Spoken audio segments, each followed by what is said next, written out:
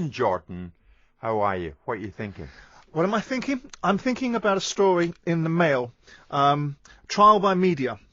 And I want to get the right side of it, but I also want to have a relatively robust view on it, which might not be the right terminology given the subject matter. It's about Craig Bellamy, and it's about a storm of supposed alleged bullying and a set of circumstances at Cardiff where Craig is the under-18 coach and apparently creating a culture of abuse and individual scenarios where players or an individual player has made a complaint, quite a significant complaint against him. Now, I know Craig Bellamy, and I've had dealings with him. And in the past, I made a comment about 10 years ago that I thought we should be strangled by his own tongue because I thought we had far too much to say for himself when he was at Newcastle. But my experiences of him in the last 5 or 6 years have been completely different. He's a very passionate and committed individual, and also aggressive and assertive. We have this tendency in this country to say that people that are aggressive or assertive are aggressive, but he does have that tendency to be strong-minded and focused. But this idea of trial by media, and there's other instances of it where you've got top players like Bellamy. Another one is Peter Beardsley recently, who's been subjected to a similar allegation. And it worries me, and there's a coach at Crystal Palace who I employed that was subject to another allegation of a different type, called Gary Izzet, that had this situation. He was exonerated and cleared, as I knew he would be.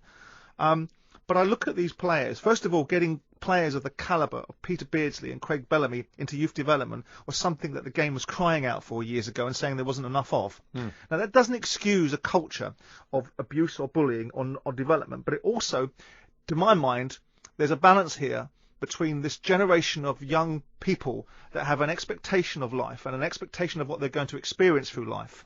And the reality of the world that we live in is not quite this: you get what you want, everything works the way you want it to, and you don't get spoken to at times in the way that you don't like. I believe when I went into Palace, Steve Bruce was a manager for me for a passage of time. That's my favourite expression. I've got to keep using it because someone told me the other day that's all I use, passage of time. But Steve and I were very focused on the youth development, and what we wanted to do was build a culture of young players understanding the environment that they were in and respecting it, and doing apprentice stuff like cleaning boots and cleaning the gym. And that was outlawed. That was outlawed. And it was told to me by the PFA that they don't do this anymore. Now, I'm not trying to be a dinosaur, and I'm not trying to be draconian or some Victorian Dickensian character that only sees things one way. But to build character in young men, to build and prepare them for adversity, sometimes means preparing them for the robustness of the industry that they're in. And there's no more robust industry than football. And there's too much of this political correctness and limousine liberalism about our society in this day and age. That's why you hear about teachers being attacked at school by pupils, because parents abdicate responsibility. And dollars for donuts, parents will be involved in this scenario. I don't know the ins and outs of it, but what I do know is that Bellamy is a good coach. What I do know is that I've heard things that absolutely contrast and don't compare this to the experiences that are being put forward by this person and this individual. I'm not saying they didn't happen. I'm not saying that Craig Bellamy didn't turn the television off when someone was playing an alternate anthem. To some point of view, I might do the same thing if they were playing a Scottish anthem and I didn't want to listen to it in an English scenario. Yeah. But it's about culture, Jim, and I'm not trying to be Dickensian. I'm not trying to be an antiquated individual. I believe that you build culture and you build characters and you build strength of character by subjecting people at times to environments that build that character in them. And in this day and age, I was listening to a presenter called Simon Sinek who talks about millennials and their sense of entitlement and people being given participation badges. When I was in business, I used to get told by my salespeople, "Oh, we put up a good fight." Do you know what a good fight is? One you win, not one you put up.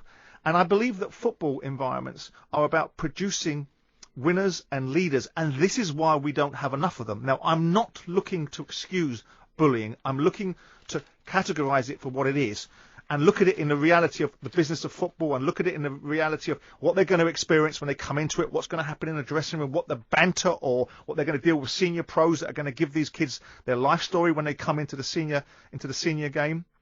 It troubles me. It troubles me trial by media. I myself have had accusations made about me in the past that have been untrue. And it troubles me that the male have a propensity to perpetuate scenarios such as this. It troubles me that I read an article a week ago about Craig Bellamy's attitude and fight with John Arnorisa. And I thought, why is this being produced now? And I find out potentially the reasons now is that there's going to be a number done on Craig. Now, that doesn't excuse the fact that not every child is the same. Not everybody is the same, and there's not one size fits all. But I believe that you have to build character. It's about subjecting them to adversity, and then you can judge people in adversity, not abuse, being able to build strength of character. Otherwise, what you get is people like Paul Pogba that have bags of ability, but play when they feel like it. You want people with backbone, and you want people with discipline, and you want a culture of that. And our society doesn't have it anymore. So it's a rant. It's a rant. There shouldn't be trial by media. I'm trying to target it. There shouldn't be trial by media. A great point, Gary. I mean, Simon, you cannot argue with that. Well, I mean, yes, to a point I understand that, but I also think you build in a culture of respect. I mean, Steve Bruce was the Manchester United captain when he came to Crystal Palace, who came out of a culture of winning environment, and his attitude was that young players should earn the right to do certain things, and part and parcel of the culture of apprenticeship. And do bear in mind the sector that we're in, there is no bigger liberty-taking culture than that of football. And so by definition, sometimes it is about installing disciplines upon people. I'm not of the school of thought, Gary, which is don't do as I do, do as I say. But there is also an element of sometimes it is do as I say. And it is about bringing people forward and making sure they understand the opportunities that are in front of them, because football is a unique industry and it's predicated upon a liberty-taking culture. And the bigger the liberties get, liberties are often actually the norm. And then they become... only outrageous liberties become the exception. So it's about getting the culture right. Simon, Gary, let me interrupt you at this stage. Yeah. Gary, I'm glad you're witnessing this. Bob and I are used to this, and this is why we take a pride in what we do here. We get immediate reaction to the stories we're covering, and this is one of them. And so many people are reacting to this today. So much so, the father of the boy who is it's my understanding, who is at the centre of these bullying allegations, the father, David Madden, joins us live on the show. David, good afternoon. Hi, good afternoon. David, thank you very much for joining us. Gary Bloom's with me. So too is Simon Jordan and Bob Mills. Yeah, I just wanted to give you, I just want to give you a bit of what we're talking about as far as character with boys. Go on. I just want to, so Alpha's not some sort of, wet fish. He's to give you a rundown of what's happened to him in his football sort of life, and which happens to a lot of boys. I'm not just talking about Alf. This happens to a lot of boys. Yeah. Probably 10. He was at Spurs. No, actually before that, at 10, he was at Chelsea. Got turned down. Then he went to Spurs on a trial. Got turned down. Went to West Ham. Got a scholarship. Got a schoolboy there till 16. At 16, got turned down. This boy is now still trying to make his way in football. Still pushing forward after loads of disappointment. So he's not a wet fish. He then goes on trial down at Cardiff. Cardiff loved him. Took him on 2-year apprenticeship. First year before Bellamy got there. Captained the under-18s. Played under-23 games. They invited him to play to train with Wimbledon first team when they came down to play at Cardiff. So everything was going the right way. Within the space of obviously the boys going back in the end of July, August in the second season, by September we'd removed him because of how Bellamy was making him feel, and what the boys were telling him, what Bellamy was saying behind Alf's back to the other boys as well. Right, your boy's Alf, right? I don't. Alfie, yeah. Terrible things being said to him behind his back.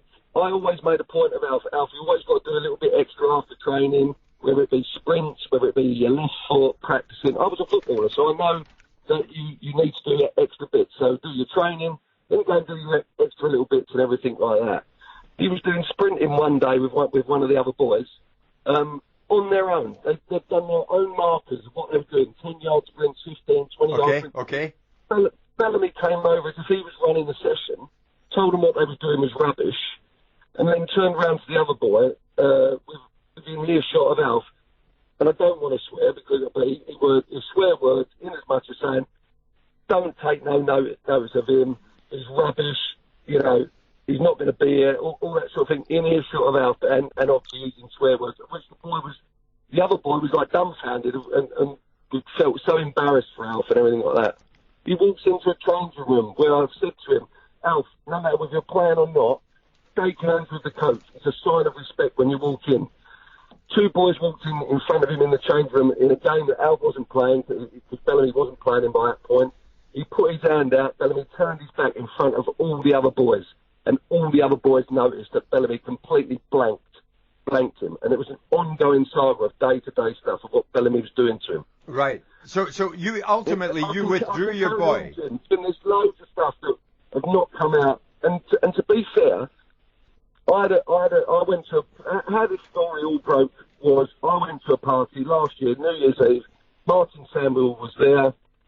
I was just telling him we'd made complaints to Cardiff. We'd put it all in writing, and all aspects of what Bellamy was doing to him. They've got it all. We've got one reply from Cardiff about that. But obviously you're in the hands of like, oh, do I make too much of a fuss? Is he going to be blackballed if he goes to another club? Are they going to say, oh, Alfie's a troublemaker and everything like that? So what has happened with Alfie then, David? So Alf's now out in America. He's enjoying life. He's gone to university out there. He's playing football out there. Made All-American this year. He's just gone back, going to start their second year and everything. And loving it. Loves it. Changed boy. David, I mean, we didn't even know it was his digs lady that told us he comes, because she's seen him in the first year. She went, what a lovely boy, blah, blah, blah. Second year, he comes home, goes and sits up in his room. Right. David, you played, didn't you? It was at Palace. Yes. You were at Palace. I mean, you played in the 1990 FA Cup final, I think. Did you at any time make direct contact with Bellamy, or have you since? Yeah, no, not since, but we had the meeting with him. But so what happened first, I pulled into the car park, going down the car to watch Alfie play. And Paul McCarthy, who's James McCarthy's dad, who's a scout there, I said, all right, Paul, how's Alfie going? He went, he seems a bit quiet, he's not quite himself and everything like that. I went, well, it's not about football. I was expecting him to say something about football. He was talking about him as a person. Mm. So we played the first half, Bellamy took him off the second half. So walking off, I said, Craig, is it all right if I have a word? I said, it's not about you taking Alf off. It's not about the football. I was a bit worried that Paul McCarthy said in the car park before the game, Alf's not himself, just wondering what's going on. Mm. So I had an informal chat with him after the game. First of all, he went, no, don't worry about it. I'll look after him and everything like that. And it just got worse and worse and worse with what he's doing. I then had a formal meeting with James McCarthy and Bellamy, and he's like a spoiled brat. He honestly, it was like a naughty schoolboy sitting in front of us, kicking the chair, slouched back in his chair. There was a few swear words he'd done in front of me and my wife, and obviously you're talking to someone who should not be involved in kids' football. David, what I can say is... You're like that with men. Yeah. You're like that with men, it's a different kettle of fish. This is a 17-year-old boy, and like I say, I'll bring my boys, twin boys, I'll bring them up tough. My daughter is a collegiate golfer, #1 in America. I've brought them all up to be tough, because sport is tough. It's a hard sport. Sure. Everything in sport is hard. David, we're going to go to a break early. I just want to bring Simon. You want to say something to David at this stage? Yeah, David, I mean, I'm not defending Craig Bellamy because I'm just making objective vantage points. And if what you're saying to me is actually as it's manifested itself, which I have no reason to disbelieve, can you find anything in your sentiments towards what your son might have done to bring that... I'm not saying that's justification. I'm just trying to get a perspective. Well, if Craig's behaved in a certain way where he singled out your boy, is there anything that your son did or could have done that might have necessarily not made Craig behave in that way towards him? So, the only thing I would say is you do start, when you're being bullied, you have defence mechanisms, which is self-protection, of which you start to then maybe you don't care. So you have to, you're in amongst all these other boys, they've got to give a bravado of someone who's having a go at you. You've got to try and let it sort of... Defend yourself, the back of you, a self-protection.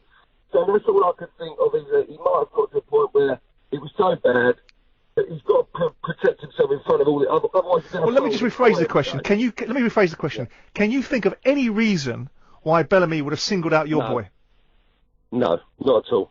In actual fact, Simon, when he left, Paul McGrath, who's the scout down there, because he went to Forest Green, wrote a glowing report of Alf's character, of what a lovely boy, Harry mixes well, jolly chap, and everything like that. And that's what comes from Paul McGrath, who was the scout that took him there. Okay, what we're trying to do, David, we're trying to get some kind of reaction from Cardiff. Obviously, I know Vincent Tan, but it won't be at Vincent's level. Certainly Ken Shue and Mehmet Dalman, I'm sure, will get back to us. But, David, I really appreciate you coming on. We wish Alfie well, and let's speak again. We'll keep in touch. Yep. We'll get the views of Gary Bloom, sports psychologist, the other side of the break that's just coming up. Stay with us.